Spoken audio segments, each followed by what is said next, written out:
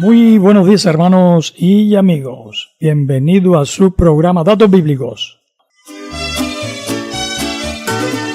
Para mi alma la Biblia es el... Estamos hoy con el tema la anágoge, tercera parte.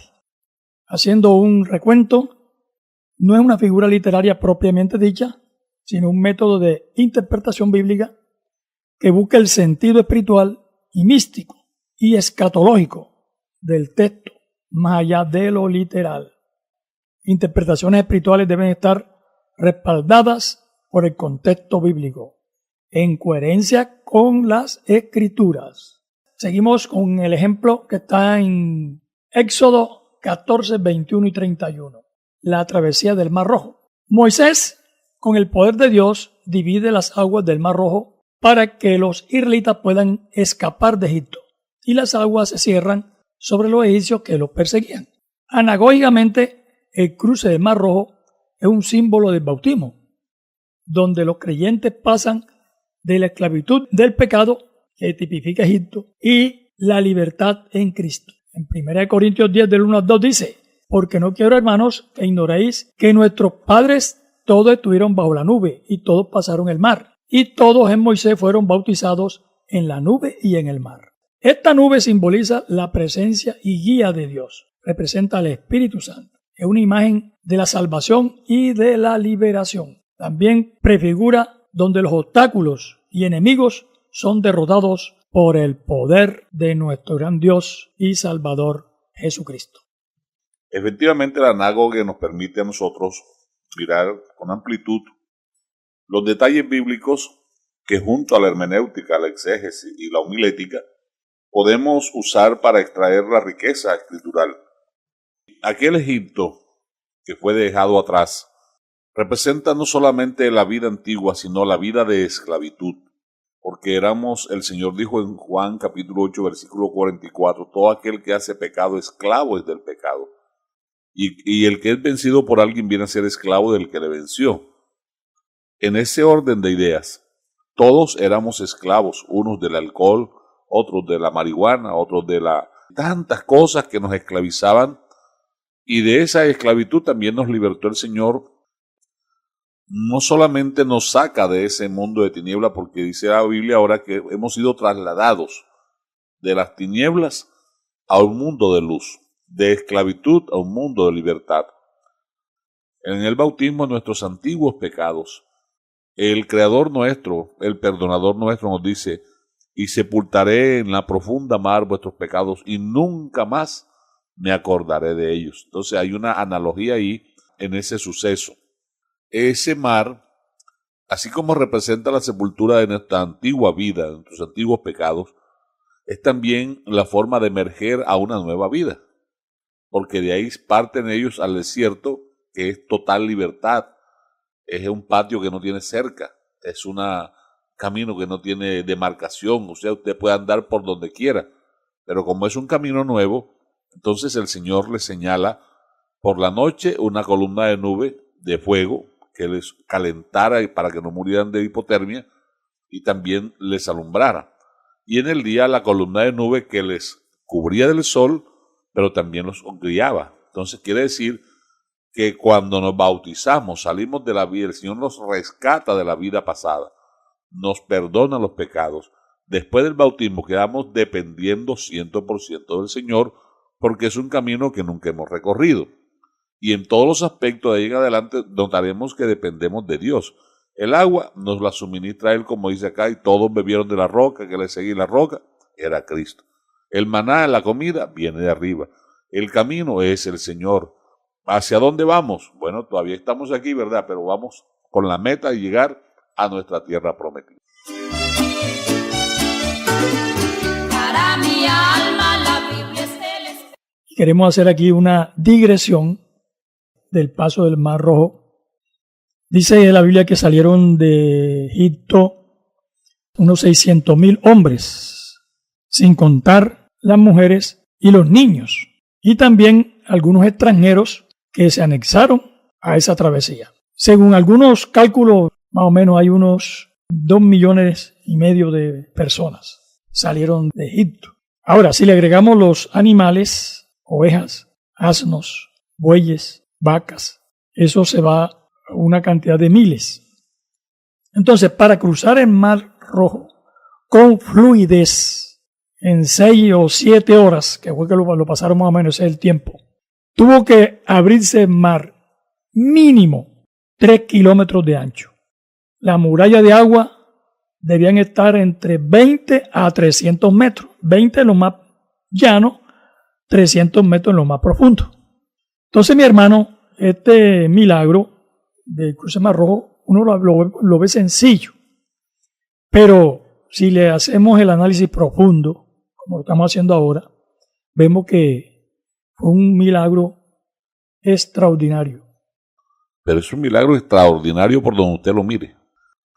Abrirle un camino amplio, sólido, directo, porque fue una travesía, ¿verdad? Lo que ellos hicieron por ahí. Y que en el tiempo estipulado, toda esa congregación de millones, mientras los defiende de Faraón, les mantiene las columnas de agua a los lados, les alumbra el camino, porque el cuidado nuestro lo tiene el Señor. Para mi alma la Biblia es el... Tenemos otro ejemplo de Anágoge en Éxodo 17:6. Moisés golpea la roca en Horeb. De ella brota agua para saciar la sed de los israelitas en el desierto. Anagógicamente, el agua que brota de la roca puede representar el agua viva del Espíritu Santo, que sacia la sed espiritual del creyente. En Juan 7:37-39, en el último gran día de la fiesta, Jesús se puso en pie, alzó la voz, diciendo: si alguno tiene sed, venga a mí y beba. El que cree en mí, como dice la Escritura, de su interior correrán ríos de agua viva. Esto dijo del Espíritu que habían de recibir los que creyesen en él, pues aún no había venido el Espíritu Santo, porque Jesús no había sido aún glorificado. Entonces, San Pablo ve a Cristo como la roca, de la cual fluye vida eterna. Este mismo suceso, pero en número, está la orden original, donde el Señor le dice a Moisés no que golpee la roca, sino que le hable a la roca y santifique al Señor en presencia del pueblo. Pero Moisés se dejó enojar del pueblo y para mostrar su capacidad golpeó la roca y golpeó a Cristo. Y eso le costó la no entrada a la tierra prometida. En Número 27:8 dice: habló Jehová a Moisés diciendo: toma la vara y reúne a la congregación tú y Aarón tu hermano, y hablad a la peña, a vista de todos ellos, y ella dará su agua, y le sacarás agua de la peña y darás de beber a la congregación y a sus bestias. Esta es la orden original. La orden original, sí. Por eso es que llaman la peña de Horeb la peña herida, porque fue un delito que cometió Moisés. Entonces, hay una cantidad de cosas que la anágoge nos permite observar en estas figuras. Primero que todo, esto no tiene explicación porque es un milagro. Y esa roca sigue proveyendo agua hoy día, sigue proveyendo estabilidad para edificar, porque Efesios 2:20 dice: edificado sobre el fundamento de apóstoles y profetas, siendo la principal piedra del ángulo Jesucristo mismo. Entonces, Él nos ofrece a nosotros estabilidad, nos ofrece supervivencia, nos ofrece todo lo que necesitamos ahora en la nueva vida.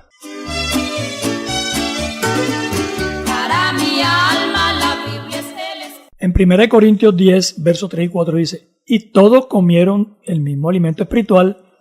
El alimento espiritual aquí se refiere al maná que Dios proveyó milagrosamente en el desierto al pueblo de Israel, que es considerado un alimento espiritual porque fue un regalo directo de Dios para sostenerlo físicamente.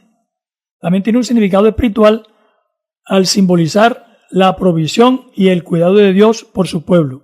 Pablo está estableciendo una conexión entre el maná, que fue el alimento espiritual de los israelitas, y Cristo, quien es el verdadero alimento espiritual para la iglesia. En Juan 6:51 dice: yo soy el pan vivo que descendió del cielo. Si alguno comiera de este pan, vivirá para siempre. Y el pan que yo le daré es mi carne, lo cual yo daré por la vida del mundo. Y al igual que el agua, este pan que el pueblo llegó a menospreciar, tenía todos los nutrientes, proteínas, vitaminas, calcio, minerales, todo lo que el pueblo necesitaba, porque nadie en 40 años murió de desnutrición. Que su vestido nunca se envejeció y su calzado nunca, su piel nunca se hinchó. O sea, que la ropa crecía con los niños. Claro, es que todo es un milagro, mi hermano querido. Pero gracias a Dios que nos ha dejado estas hermosas figuras literarias que nos permiten comprender al detalle estas maravillas que Él ha hecho. Entonces ellos tenían protección por todas partes, un cuidado tan especial del Señor por el pueblo de Israel, que eso solamente se encuentra en Dios. Y así cuida el Señor su iglesia hoy. Así es. Así que, hermano, solamente tenemos que serle fiel al Señor. Amén. Obedecer y caminar con Él, que Él se encarga del maná, se encarga del agua, de la sombra, de todo. Ya Él sabe para dónde nos va a llevar.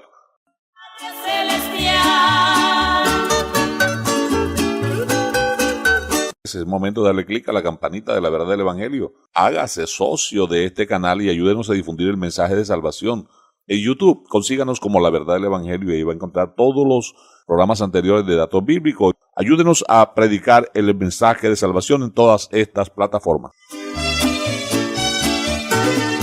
Para mi alma la Biblia es Estamos hoy con el tema la anágoge, tercera parte. Tenemos otro ejemplo en Jonás 1:17, la señal de Jonás y la resurrección de Cristo. Y estuvo Jonás en el vientre del pez 3 días y 3 noches.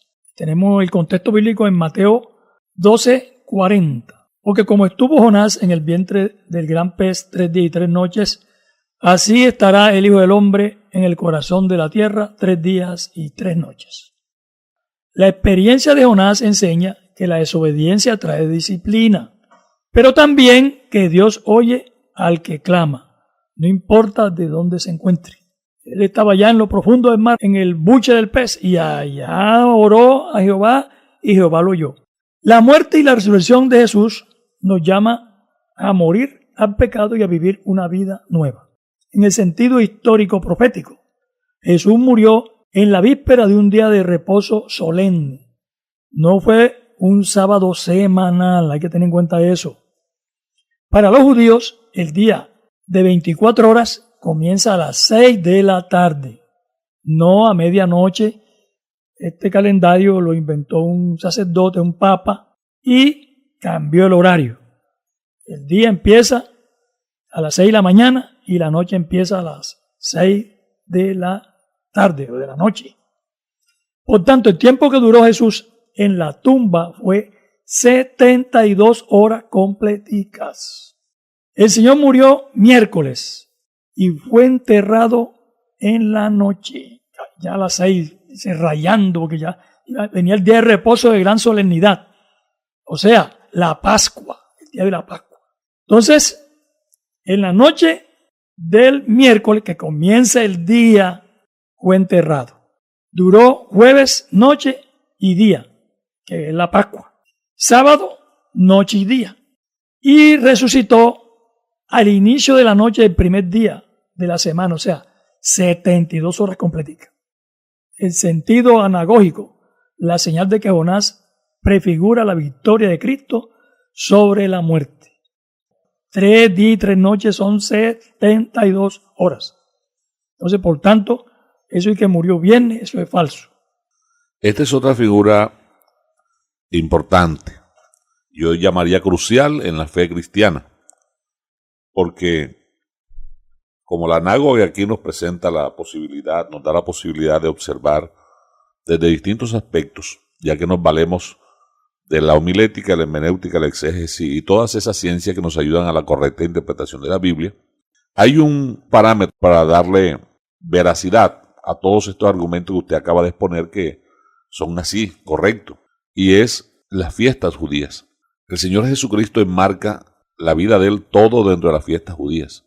En Éxodo 12 está para el pueblo de Israel el cambio de calendario, cuando le dice Moisés a Israel, este día será principio de día para vosotros de generación en generación, hablando de la Pascua, porque marcaba el primer día en libertad para ellos. Y acordémonos que la Pascua era aquel cordero que fue sacrificado, que debía ser detenido el día 10, lo amarraban allá y lo tenían ahí 4 días. Al día 14 lo sacrificaban. El Señor también comenzó su suplicio mucho antes de morir, tal como el Cordero Pascual, porque Él es nuestra Pascua. Luego, aquella sangre colocada en los postes representaba la vida y la libertad para los que estaban dentro de la habitación, como lo representa la sangre de Cristo en la cruz. Aquellos postes, madera nos habla de cruz. Lo que la sangre de la cruz representa para los que creemos, estamos cobijados bajo la cobertura de Cristo. Entonces, Él muere en la Pascua, porque Él es el Cordero Pascual. Ese es un día de reposo solemne, no es sábado literal. No es un sábado común. Correcto. Es un super sábado, o como llaman ellos, un gran sábado. Ahí donde está, está el error, sacan la cuenta mal. Claro. Y eso se puede investigar históricamente. Listo, muere en la Pascua. Juan 1.29 lo presenta. Aquí el Cordero de Dios que quita el pecado del mundo. Durante la Pascua debían comer el cordero totalmente asado y con hierbas amargas. Y en Juan 6 usted citaba: el que no come mi carne, porque mi carne es verdadera comida, está refiriéndose al Cordero Pascual, no al canibalismo, sino que Él es el Cordero de Dios que vino, Cordero de la Pascua, para ser alimentado al pueblo que iba a salir en libertad. Entonces, luego lo sepultan en el día de los panes sin levadura. Hermano, ese día que lo sepultan, él muere el miércoles, pero lo sepultan más bien el jueves. Ya rayando el día de reposo que venía, después que lo sepultaron. O sea, 3 días y 3 noches en el vientre de la tierra. Claro. No que murió, sino 3 días y sepultado. Sepultado. No habla de muerte. Y es que ahí vamos. Porque para el judío el día no empieza a las 6 de la mañana, usted lo observaba. Vamos a Génesis nuevamente y dice: fue la tarde y la mañana el día primero. Entonces, para ellos el día empieza a las 6 de la tarde. A las 6 de la tarde empieza el día de 24 horas. Entonces, antes que comenzara el día de reposo, entonces tenían que sepultarlo ya entre 5, ya para 6 de la tarde. 6 de la tarde, claro. De ahí no podían pasarlo porque entonces profanaban el día de reposo. Entonces, a él lo sepultan en el día de la fiesta de los panes sin levadura, para demostrar que su cuerpo no se corrompió, porque no había pecado. Pecado sinónimo de levadura, o levadura sinónimo de pecado. Entonces, ese cuerpo incorruptible estuvo 3 días ahí. A los 3 días que se cumple la palabra, resucita cuando comienza la fiesta de los primeros frutos. O sea, a las 6 de la tarde del domingo. Del domingo. El primer día de la semana. Comienza la fiesta de los primeros frutos, por eso Él es la primicia de los que han resucitado y permanece vivo. A diferencia de los demás, porque Él resucitó a muchos, pero se volvieron a morir. Pero Él resucitó y permanece vivo. Entonces, Él es la figura, Él es la primicia. Entonces, primero fruto. ¿Oyó?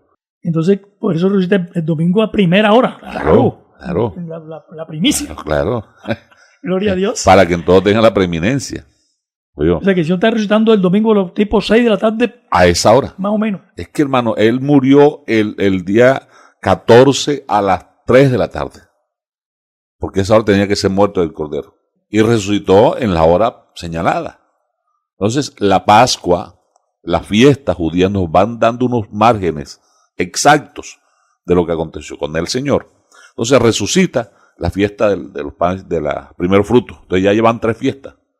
Pascua, panes sin levadura y primeros frutos, o fiesta de la cosecha. Y nosotros, usted y yo, hacemos parte de esa gran cosecha. Pero Él es la primicia de ese fruto. Ahora faltan 4 fiestas más por llevarse a cabo. Ya la 4ª fiesta fue cuando Él derramó el Espíritu Santo, que es Pentecostés. Y ya viene la fiesta de las trompetas, la fiesta de los tabernáculos, y eso está por cumplirse, estamos incluidos ahí. Esta es la boda del Cordero. Sí, entonces esa es la fiesta ya la última. Son 7 fiestas que el pueblo de Israel observa anualmente. Se llaman las fiestas del Señor. Y Él murió conforme a todas esas fiestas. Entonces eso nos ayuda a entender con detalle y con precisión el suceso de la cruz. Yéndonos a Jonás nuevamente. Jonás no se pertenecía en la boca del pez. No vivió por su propio medio. El oxígeno que tenía ahí se lo mandaba a Dios, porque hubiese muerto por los gases que ese animal tenía en su estómago. Entonces, ese mensaje y esa pedagogía, esa tremenda enseñanza pedagógica ilustrada que el Señor da ahí de la muerte y resurrección de Jesús, la señal de Jonás, que no la entiende porque no quiere. Para mi alma la Biblia es el... Esto es bastante extenso. Porque la anágoge puede coger usted cada versículo de la Biblia y hacerle un análisis anagógico. Por eso prácticamente la anágoge es una figura prácticamente infinita en ese sentido. Eso es correcto. Es que ahí es donde está el problema nuestro, Mano Waldo, que queremos interpretar la Biblia con la mentalidad nuestra. Y ahí es donde los tiempos no nos dan. Porque para nosotros el día, desde que el Papa Gregorio cambió el almanaque, para el día de nosotros empieza a las 12 de la noche. Entonces, cualquiera sea el horario que usted agarre, 6 de la mañana, horario laboral, o 12 de la noche, meridiano, no le va a dar. Porque el día bíblico empieza a las 6 de la tarde. El día de 24 horas. El día de 24 horas. Porque el judío se mide por las reglas de Génesis. Y fue la tarde y la mañana un día. Así lo dicen. Entonces ellos no tienen que lunes, que martes, no. Día primero, día segundo, día tercero, día cuarto. Por eso fue el día séptimo, el día sexto, ellos lo mencionan por número. Entonces eso hay que tenerlo en cuenta a la hora de interpretar la Biblia. De lo contrario, en lugar de hacerle una exégesis a la Biblia, al texto, vamos a hacerle un inségesis. Y es obligar al texto a que diga lo que realmente nos dice. Para eso estamos tomando todo este tiempo con la anágoge, para que enriquecer la vida de los intérpretes y predicadores de la palabra. Uno va a explicar la palabra, tiene que tener conocimiento para no cometer errores y para corregir los errores de algunas personas. Usted puede contrastar las fiestas judías desde el texto bíblico y ya va a tener unas fechas, unos tiempos exactos que el Señor Jesucristo los cumplió, porque Él dijo que no vino a abrogar, sino a cumplir la palabra. Hasta el momento de la cruz Él dijo: hasta ahora el Hijo del Hombre va como está escrito de Él en la ley, los profetas y los salmos. Entonces Él no se va a saltar un solo detalle de lo que está anunciado en las profecías. Y en Hechos 10 dicen los apóstoles: de este escribieron los profetas, que todos los que en Él creyen recibirán perdón de pecados por su nombre. Entonces ese es el documento al cual debemos acudir. Y nosotros los predicadores debemos tener mucho cuidado en este sentido, porque si un abogado defiende mal a un cliente, ese cliente se va para la cárcel. Si un médico es negligente a la hora de prestar su servicio a un paciente, se va para la tumba. Y si un predicador no traza correctamente la palabra de Dios y le da direcciones equivocadas a las almas, estas se van para el infierno. Y se trata de salvar las almas por el poder del Evangelio. Una cosa es leer la Biblia y otra cosa es estudiarla, sacarle el máximo provecho. Haciendo aquí una digresión, Manuel, fíjese que a veces se usan textos para acuñar ciertas frases. Por ejemplo, un padre que está mareado con su hijo y el hijo no trabaja y cita el texto. La Biblia dice que no trabaja, que no come. Pero si a su tiempo ahí en la casa está el abuelo, que el viejo por salud no puede trabajar, ese texto también lo hiere a él. Lo hiere, claro. ¿Verdad? Entonces, ¿por qué? Por una mala interpretación y aplicación del texto bíblico. Y eso se da por no estudiar. Entonces, ¿cómo es correcto? La Biblia lo que dice es: el que no quiera trabajar. Entonces ya te está mirando, poniendo en perspectiva a alguien que tiene la posibilidad de trabajar y que debe trabajar y se niega a hacerlo. Y no quiere. En cambio, el anciano es que no puede. Él no está obligado. A él hay que socorrerlo. Pero ya él trabajó para sus hijos. Trabajó, claro. Entonces, fíjese cómo podemos nosotros herir con la palabra. No, y yo oigo por en el púlpito muchos hermanos: el que no trabaja, que no coma. Entonces los ancianos quedan heridos. Exacto, ¿no? Y personas que quieren trabajar pero que no han encontrado una oportunidad también se sienten mal. Entonces hay que tener mucho cuidado. Por eso dice la Biblia que procura con diligencia presentarte a Dios aprobado como obrero que traza bien la palabra. Es importante a los hermanos que escuchan, observan estos programas en YouTube, los que lo oyen y lo ven, le agradecemos que lo reenvíen a otros hermanos, a los grupos, para que la palabra de Dios corra y se glorifique.